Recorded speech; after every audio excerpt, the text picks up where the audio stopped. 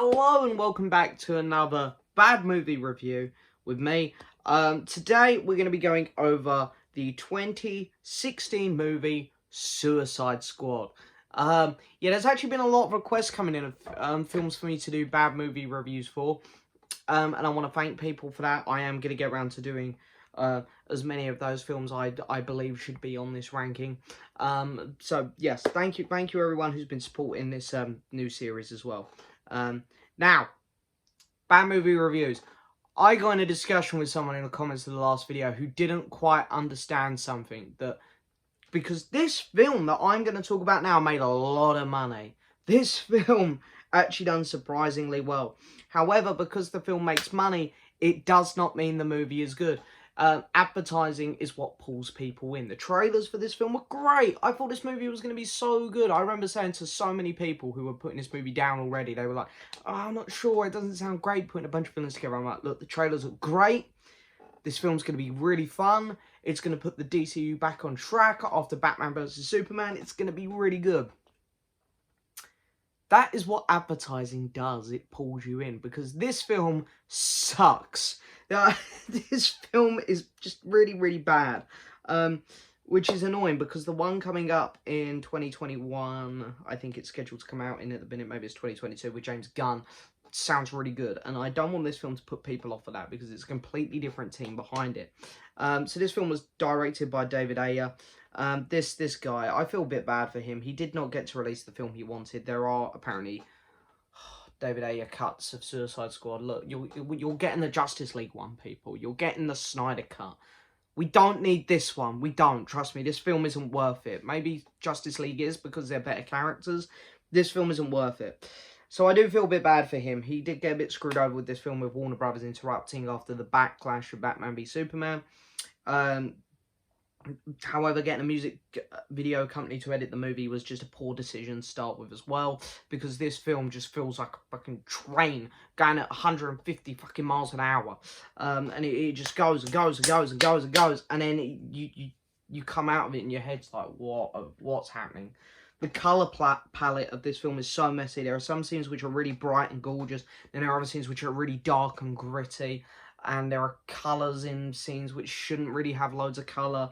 It doesn't settle very well on your eyes. You watch it and you go, that just doesn't look right to me. It looks really fake because the colour palette is so awful. In terms of pacing and stuff, it's just that, as I said, it feels like a train. This movie, it just goes and goes and goes. There's not really any breathers in this movie. There's one bit when they go into a bar, maybe.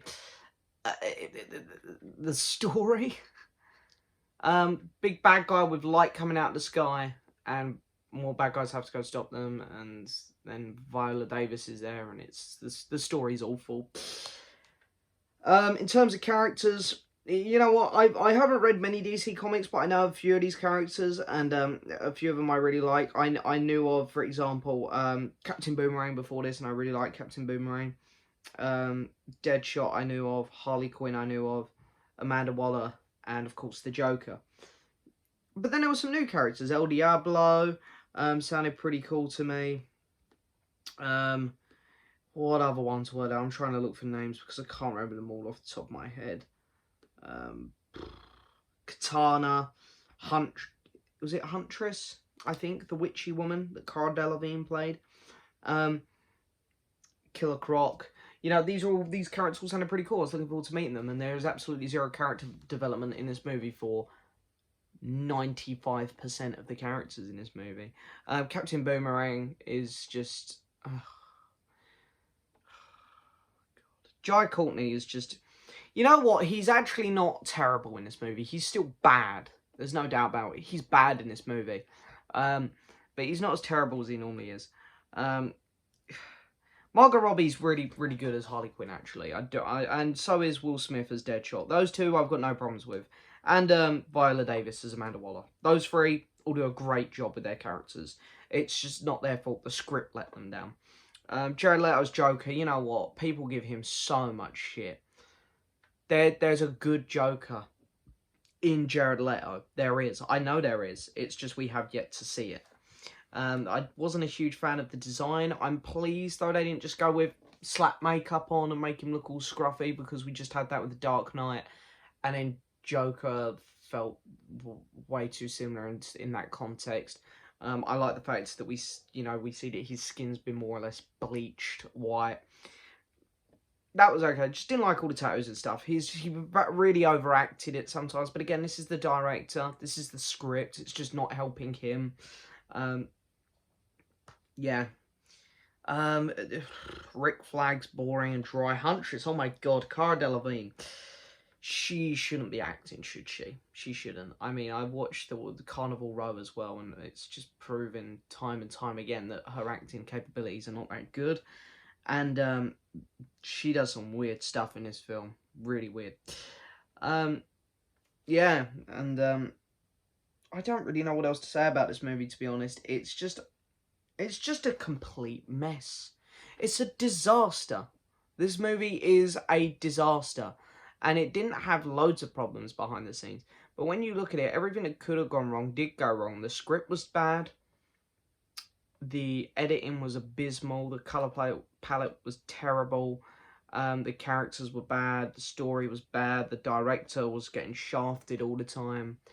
I'm trying to think of any elements that were good to this film. The score, the soundtrack, my god. I know some people like it, because they were definitely trying to do a Guardians of the Galaxy thing. But they'd play, like, a Queen song, and then they'd come to, like, a modern rap song. And it's like, this just, it doesn't mix. You go with one or the other. You need to have a feel for this movie. You're going to go with a retro vibe, or you're going to have a modern punk vibe? What are you going with? This film just fucking picks anything that it thinks is popular. It's like, oh, kids love this. Queen. Boom. Chuck it on. Here's a modern song. Chuck that on. Kids love it. It's shit. The music for this is shit.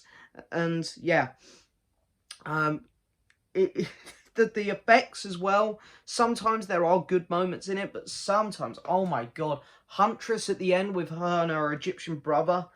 I don't know what I was watching, to be honest. I really didn't. It looked like Cara Delevingne was, like, doing one of her catwalk shows, and she was, like, confused. She's like, am I in a movie, or am I meant to be looking all sexy and stuff? It's like, I was watching it, I was like, I don't know what's going on. So, yeah. Bad movie review, episode 4. We've already got a second DCEU film in here. But this might be the last one. I'm not sure. Batman v Superman, I'm debating whether to put into this, but I think that's it. What am I going to give Suicide Squad out of 10? I'll give it a 2. Give it a 2 out of 10. I think it's... I'd rather watch this over Justice League. It's better than that. Because this one has some funny moments in it where you go, that was really bad, it's kind of funny. Justice League has no moments like that. But this film really, really does suck. It's a bad movie. And I don't care how much money it made. It's a bad movie. But anyway, that is it for this video, guys. As always, I hope you enjoyed it. Don't forget to hit that subscribe button, like the video, leave a message. And I will see you all next time for another video. Bye-bye.